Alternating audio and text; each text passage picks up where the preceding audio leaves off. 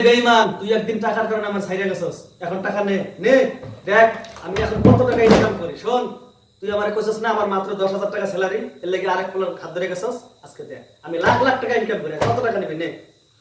দর্শক শ্রোতা দেখেন, এই যে এই ভাইটার একটা সময় মানে 10,000 টাকা বেতনে চাকরি করতো বিধায় তাকে আসলে তার গার্লফ্রেন্ড বা ভালোবাসার মানুষটি ছেড়ে চলে যায়, আর এখন তার কাছে কোটি কোটি টাকা। কিভাবে আসলো এই কোটি কোটি টাকা, আমরা সম্পূর্ণ বিষয়গুলো শুনবো। ভাই ভালো আছেন আপনি?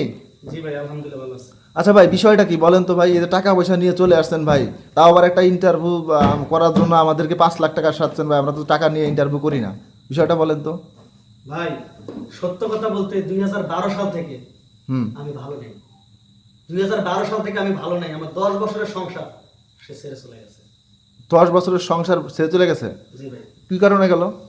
কি কারণে গেল বলতে আমার স্যালারি ছিল মাত্র 10,000 টাকা। 10,000 টাকা? এই জন্য। এই জন্য? জি। ইস, মানে এই টাকার জন্য আপনারা ছেড়ে চলে গেছে? জি ভাই। ওটা কি রিলেশন করে বিয়ে ছিল?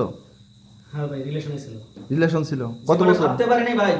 প্রথম বড় বড় কথা, আমি যদি গাছতলায় ঘুমিতে দিয়ে হেনে থাকবো, আমি যা খাইতে দেবো তাই খাইবো। হুম আস্তে আস্তে যখন এই যে একটু ভাড়া বাসা নিলাম, হুম পাশের ভাবিকে দেখে দেখে ওর মাথা নষ্ট। মাথা দামি নষ্ট। দামি গহনা পরে, হুম দামি দামি কাপড় পরে, এর মাথা নষ্ট হয়ে গেছে। মাথা নষ্ট হয়ে গেছে, হ্যাঁ ভাই।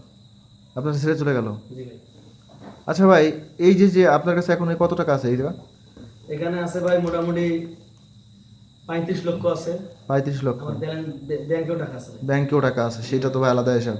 দর্শক শ্রোতা দেখেন, এই ভিডিওটা শেয়ার করে দিন সবাই। যে বেঈমান, সেই বেঈমানের কাছে ভিডিওটা পৌঁছে দিন, অন্তত এই ভাইয়ের ভিডিওটা যাতে করে পৌঁছে যায় আপনারা শেয়ার করবেন। এত পরিমাণে শেয়ার করবেন যে বেঈমান একদিন টাকার জন্য এর ছেড়ে চলে গেছিলো এই ভাইটিকে, সেই বেঈমান আজকের এই ভিডিওটা দেখে একটু আফসোস করতে পারে।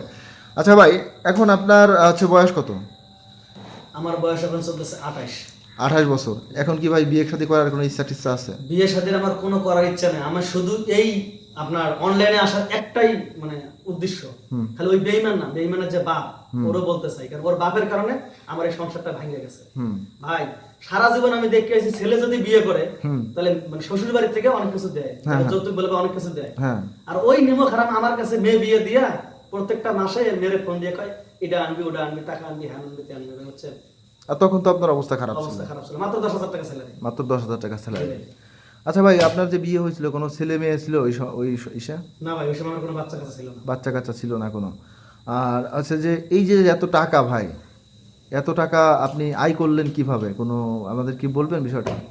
এখন আয় করলাম কিভাবে ভাই, যখন দেখি আমার ওই জায়গায় আমার পোষাইতেছে না, আমি তো একদম মানে মনোবল, যে আমি যারা এত বিশ্বাস করে ভালোবেসে বিয়ে করলাম, সে আমার এই এতটা কষ্ট দিল।